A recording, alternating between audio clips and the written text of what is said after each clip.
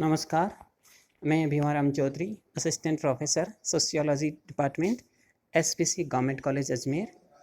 मैं SPC government college Ajmer के समाजशास्त्र विभाग के इस यूट्यूब चैनल पर आपका स्वागत करता हूं। डियर स्टूडेंट्स, हम बीए पार्ट थर्ड के सेकंड पेपर सामाजिक मानव शास्त्र की ऑनलाइन टीचिंग लर्निंग की एक्टिविटी से जुड़े हुए हैं। इससे पहले भी कुछ वीडियोज़ हमने शेयर किए हैं और हम इससे पहले आदिम अर्थव्यवस्था के बारे में पढ़ रहे थे। उससे रिलेटेड जो आगे के टॉपिक्स है उन पर भी जल्द ही आपको वीडियो बनाकर शेयर किया जाएगा। आज हम सामाजिक मानव शास्त्र के परिचय के बारे में पढ़ेंगे कि सामाजिक मानव शास्त्र क्या है, समाजशास्त्र में इस विषय को क्यों पढ़ा जाता है। डियर स्टूडेंट्स, सामाजिक मानव शास्त्र समाजशास्त्र का ही एक भाग है। ये समाजशास्त्र और मानव शास्त्र को जोड़ता है। बेसिकली यह समाज के उदय की पृष्ठभूमि है, उसकी वैज्ञानिक समझ हमें देता है। क्योंकि मुख्य रूप से जो मानव समाज की उत्पत्ति, संस्कृति, उसका जो वैज्ञानिक अध्ययन है वो मानव शास्त्र में किया जाता है, एंथ्रोपोलॉजी में किया जाता है। लेकिन सामाजिक मानव शास्त्र उसको सामाजिक प्रकृति प्रदान करता है, यानी कि मानव शास्त्र में भी समाजशास्त्रीय दृष्टिकोण से अध्ययन करता है और उन सामाजिक पृष्ठभूमियों की और सामाजिक आधारों की तलाश करता है जिनमें समाज का उद्भव हुआ, समाज का उदय हुआ, समाज उद्विकास के माध्यम से आधुनिक स्वरूप में पहुंचा है। इन सब चीज़ों की वैज्ञानिक समझ हमें सामाजिक मानव शास्त्र देता है, क्योंकि सामाजिक मानव शास्त्र में हम मुख्य रूप से आदिम समाज, जनजाति समाज का वैज्ञानिक अध्ययन करते हैं। जनजाति समाज समाज का आदिम स्वरूप है, प्रारंभिक स्वरूप है और उसी से ही उद्विकास के माध्यम से हम आधुनिक समाज तक पहुँचे हैं। इसलिए समाज की एक वैज्ञानिक समझ के लिए सामाजिक मानव शास्त्र का अध्ययन है वो अत्यंत लाभदायक सिद्ध होता है। वस्तुतः मानव और संस्कृति का जो समग्र वैज्ञानिक अध्ययन है वह मानव शास्त्र है और शारीरिक मानव शास्त्र और सांस्कृतिक मानव शास्त्र उसके दो भाग माने जाते हैं। और सामाजिक मानव शास्त्र अर्थात सांस्कृतिक मानव शास्त्र की ही एक शाखा मानी जाती है। यह समाजशास्त्र और मानव शास्त्र के बीच की कड़ी है। डियर स्टूडेंट्स, सामाजिक मानव शास्त्र आदिम समाज का वैज्ञानिक अध्ययन करने वाला विषय है और इस सामाजिक मानव शास्त्र विषय के बारे में जो सामाजिक मानव शास्त्री है उनका दृष्टिकोण क्या है, उन्होंने क्या विशिष्ट परिभाषाएं दी हैं, किन पुस्तकों में उन्होंने सामाजिक मानव शास्त्र की व्याख्या की है, उन पर चर्चा करते हैं। इससे आपकी जो समझ है वो और गहरी होगी और ये जो सामाजिक मानव शास्त्र की अवधारणा है ये बिल्कुल स्पष्ट हो जाएगी। सबसे पहले हम चर्चा करते हैं श्री A.R. रैडक्लिफ ब्राउन की। एक प्रख्यात सामाजिक मानव शास्त्री थे। इन्होंने अपनी पुस्तक structure and function in primitive society, बहुत ही महत्वपूर्ण पुस्तक है, इसका आपको ध्यान रखना है अच्छी तरीके से। इन्होंने अपनी इस पुस्तक में सामाजिक मानव शास्त्र को इस तरह परिभाषित किया है कि सामाजिक मानव शास्त्र समाजशास्त्र की वह शाखा है जो आदिम समाजों का अध्ययन करती है। यानी कि A.R. रैडक्लिफ ब्राउन ने भी सामाजिक मानव शास्त्र की जो कि सेंट्रल थीम है, केंद्रीय विषय वस्तु है, वो आदिम समाज को माना है, जनजातीय समाज को माना है। इसके बाद में श्री E.E. इवांस प्रीचार्ड एक मानव शास्त्री हुए हैं। उन्होंने अपनी पुस्तक सोशल एंथ्रोपोलॉजी में लिखा है कि सामाजिक मानव शास्त्र समाजशास्त्र की वह शाखा है जो मुख्यतः आदिम समाजों का अध्ययन करती है। तीसरे सामाजिक मानव शास्त्री हैं श्री समाज वैज्ञानिक है S.F. नैदल। उनकी पुस्तक है the foundations of social anthropology. Shri S.F. नैदल ने the foundations of social anthropology में लिखा है कि सामाजिक मानव शास्त्र इतिहास विहीन समाजों और अपरिचित प्रकृति की संस्कृतियों का अध्ययन है।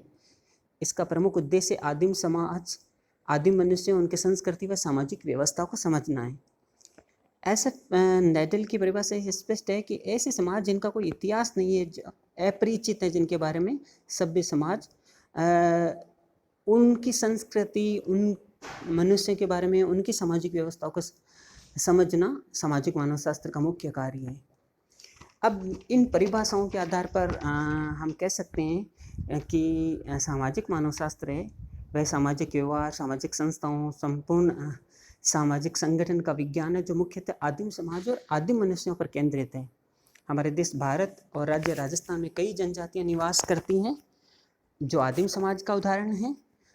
उदाहरण के लिए भारत में गोंड है, संताल है, भील है, मुंडा है, बिरहोर है, गारो है, खासी है, टोडा है, कोटा है इत्यादि जनजातियां निवास करती हैं। राजस्थान की बात करते हैं तो राजस्थान में मीणा है, भील है, ग्रासी है, सहरी है, कथौड़ी है इत्यादि जनजातियां विद्यमान हैं।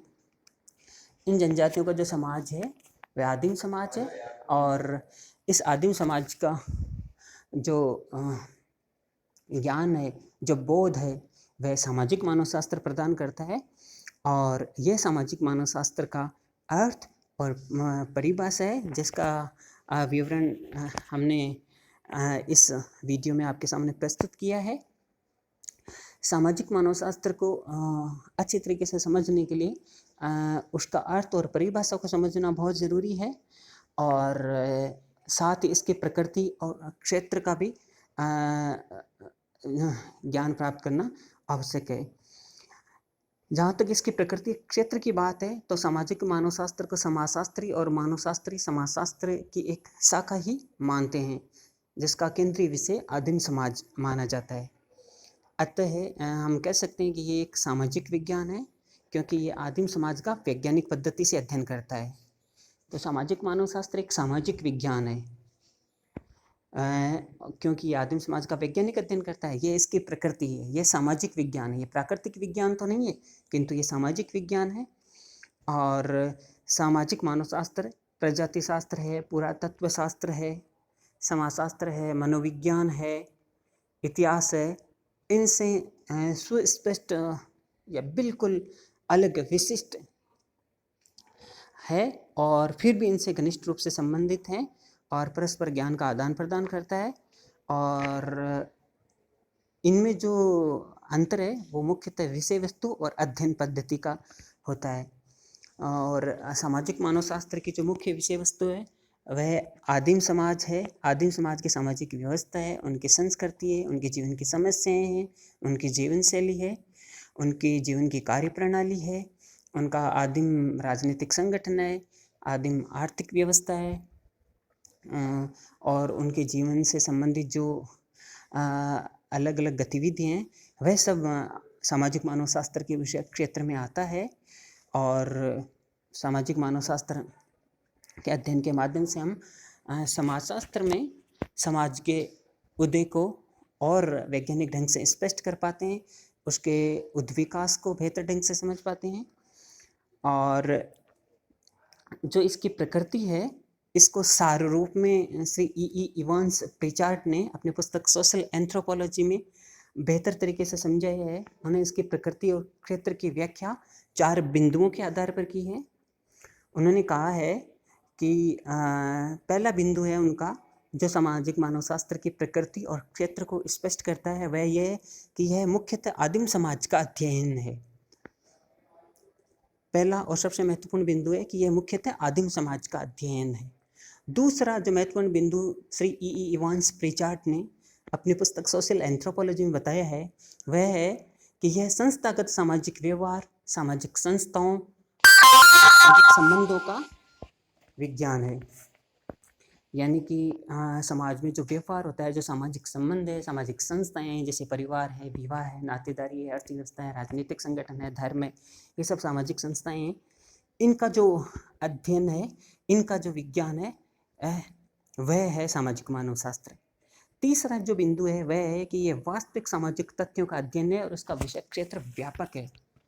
यानी कि सामाजिक मानवशास्त्र है वह आदिम समाज, जनजातीय समाज के जीवन से संबंधित जो सामाजिक तथ्य हैं, जो वास्तविक हैं, वास्तव में जिनका उनके जीवन में अस्तित्व है, जो उनके समाज का एक हिस्सा है, उन सब का वैज्ञानिक अध्ययन किया जाता है। इसलिए इसका क्षेत्र भी बहुत व्यापक है। और चौथा महत्वपूर्ण बिंदु जो ईवी इवांस प्रिचार्ड ने सामाजिक मानव शास्त्र की प्रकृति और क्षेत्र को स्पष्ट करने के लिए प्रस्तुत किया है वह है यह समाजों का अध्ययन करता है, न कि संस्कृतियों का। यानी कि सामाजिक मानव शास्त्र आदिम समाज का वैज्ञानिक अध्ययन करता है, न कि संस्कृतियों का। संस्कृतियों का अध्ययन मानव शास्त्र करता है। सामाजिक मानव शास्त्र जो आदिम समाज और आदिम जनजातियों की समग्र सामाजिक व्यवस्था, संस्थाओं, सामाजिक संबंधों, उन सब का वैज्ञानिक अध्ययन करता है।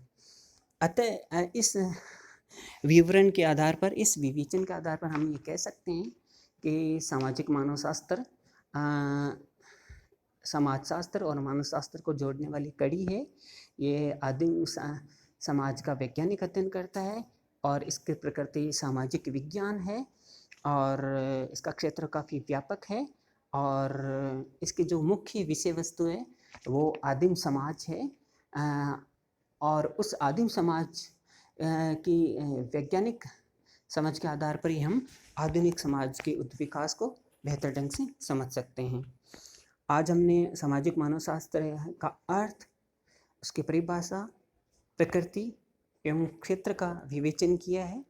इससे आपने यह सीखा है कि सामाजिक मानव शास्त्र क्या है, उसका क्या अर्थ है, इसकी क्या परिभाषा है, इसकी प्रकृति क्या है और इसका क्षेत्र क्या है, यानी किस विषय वस्तु का अध्ययन इसके अंदर किया जाता है। तो आज के इस वीडियो लेक्चर का मुख्य पर्पस यही था, हमें सामाजिक मानव शास्त्र की प्रारंभिक पृष्ठभूमि, परिचय, परिभाषा, प्रकृति व क्षेत्र को आपके सामने प्रस्तुत करना था, जो हमने इस वीडियो के माध्यम से प्रस्तुत किया है। इससे आगे जो टॉपिक हैं उनकी चर्चा हम अगली वीडियो में करेंगे। Thank you.